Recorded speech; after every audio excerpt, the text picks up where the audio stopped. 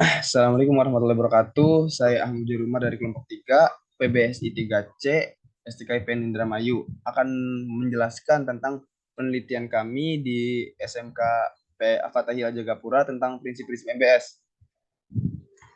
Yang pertama, pengertian manajemen berbasis sekolah. Apa itu MBS? MBS, kalau diartikan dari namanya itu terdapat tiga kata, manajemen, berbasis, dan sekolah. Manajemen menurut KBBI itu berarti mengelola, menata atau mengatur. Yang kedua berbasis. Berbasis menurut KBBI juga adalah diartikan sebagai berdasarkan pada gitu. Dan yang ketiga kata ketiga dari sekolah adalah lembaga pendidikan.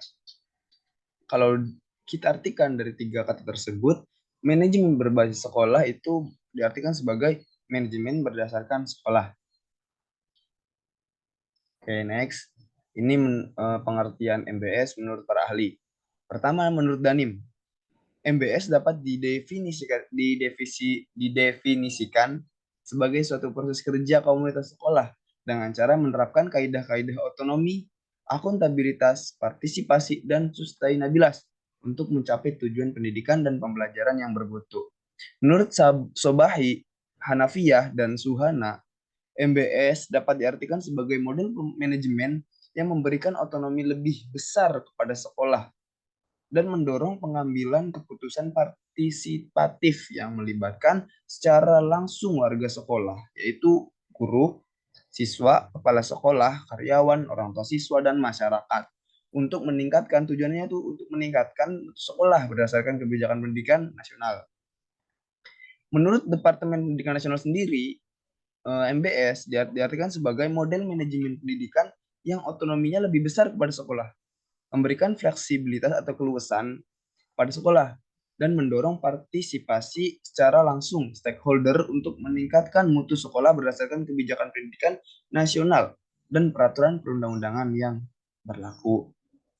Dari ketiga pendapat tadi dapat disimpulkan bahwasanya pengertian MBS itu merupakan model manajemen yang memberikan otonomi kepada sekolah untuk mengoptimalkan pengelolaan sumber daya yang dimiliki sekolah tersebut dan untuk mengoptimalkan pengambilan keputusan secara mandiri, partisipatif, dan akuntabel. Next. Uh, sebentar. Nah, kita kan meneliti tentang prinsip-prinsip MBS ya di sekolah SMK Fatahillah. Sebelumnya kita harus tahu dulu prinsip-prinsip MBS itu ada 4. Pertama, prinsip ekuifinalitas. 2, prinsip desentralisasi. 3, prinsip sistem pengelolaan mandiri. Dan 4, prinsip inisiatif manusia. Oke, dari hasil penelitian prinsip MBS di SMK Fatilah dapat kita akan menjelaskan dulu dalam penelitian observasi tersebut kita menggunakan metode studi kasus eksploratory di mana tujuannya adalah untuk menjawab pertanyaan apa dan siapa. Data yang dikumpulkan peneliti berasal dari sumber wawancara dan partisipan yang mana wawancara dilakukan bersama kepala sekolah, wakil kepala sekolah, dan guru bahasa Indonesia. Sedangkan dari pihak siswanya, kita mengambil partisipan dari kelas 10, 11, dan 12 TKJ. Dan juga 10, 11, dan 12 TKR. Menggunakan angket. Untuk partisipannya, kita menggunakan angket yang sudah disiapkan oleh peneliti. Tujuan dari metode ini adalah untuk mengetahui sejauh mana prinsip-prinsip MBS ini diterapkan atau MBS ini diterapkan di SMK Fatihah Jagapura. Oke, next. Ini adalah wawancara kami tentang mengenai MBS kepada kepala sekolah. Dan dari pertanyaan itu ada bagaimana cara menyusun strategi MBS, bagaimana kepala sekolah berperan menjadi fasilitator, terus apakah kepala sekolah merasa bahwa MBS sudah berjalan dengan baik dan bagaimana mengevaluasi stakeholder yang kurang mendukung strategi MBS dan apakah kepala sekolah terus mengembangkan strategi MBS yang efektif, dan inilah jawaban dari kepala sekolah tersebut. Yang pertama, untuk strategi kepala sekolah ini menjawab untuk tujuan atau visi sekolah, kemudian untuk mencapai tujuan tersebut menyusun strategi dan misi sebagai penyempurna agar mencapai cita-cita sekolah yang diinginkan. Dengan demikian diperlukan stakeholder yang baik sebagai badan. Jadi kepala sekolah memprioritaskan stakeholder untuk tercapainya MBS tersebut. Dan pertanyaan kedua yang sebagai fasilitator, kepala sekolah menjawab untuk menerapkan MBS kepada sekolah berjalan dengan baik. Contoh sebelumnya sarana siswa jurusan TKR atau teknik kendaraan ringan belum lengkap. Sebagai fasilitator harus cepat. Jadi di SMK Fathahillah kan apa ya, di siswa jurusan TKR itu peralatannya belum lengkap. Jadi sebagai fasilitator beliau berusaha untuk melengkapkan peralatan dari jurusan TKR tersebut. Dan seperti itulah. Ini adalah contoh angket pertanyaan yang disusun oleh peneliti pada siswa. Ada 2 pertanyaan.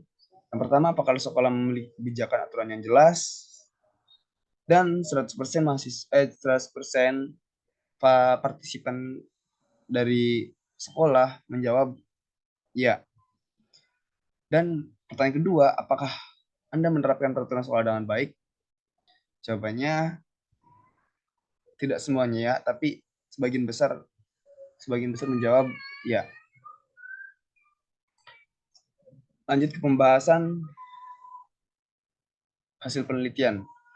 Observasi dimulai dengan mewawancari Kepala Sekolah SMK Fathahillah. Berdasarkan penjelasan Kepala Sekolah SMK Fathahillah, sementara dapat disimpulkan bahwa SMK Fathahillah telah melaksanakan MBS dengan cukup baik, khususnya pengelolaan yang sudah diatur dan prinsip MBS seperti prinsip desentralisasi sudah berjalan.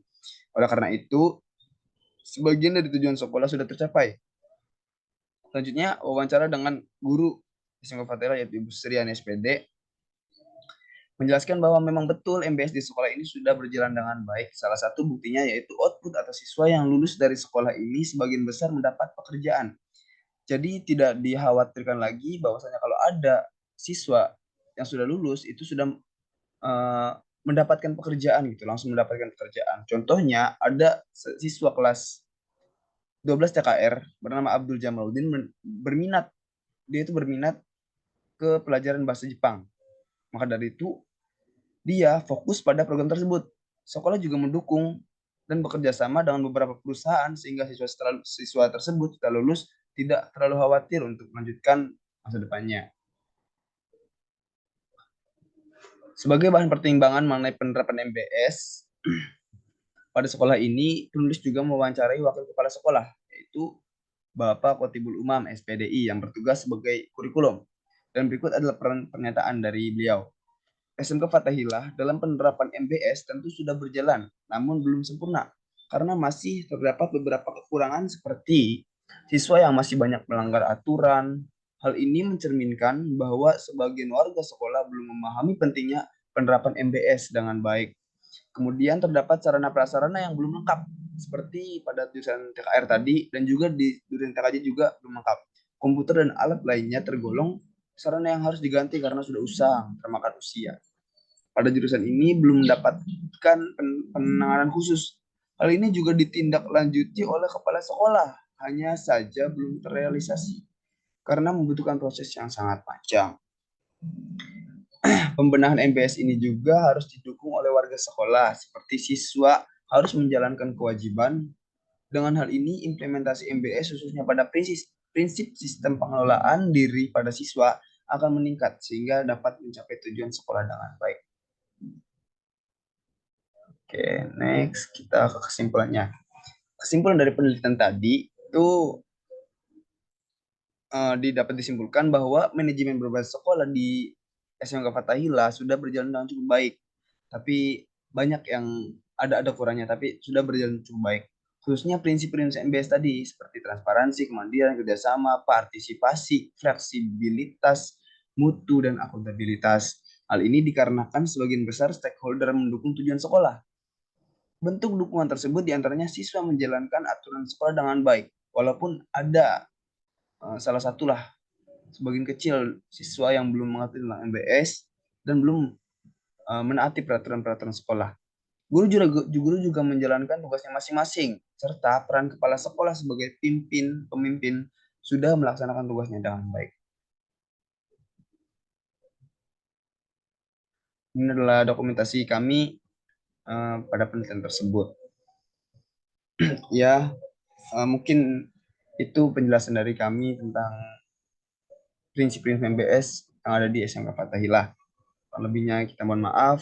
Wassalamualaikum warahmatullahi wabarakatuh.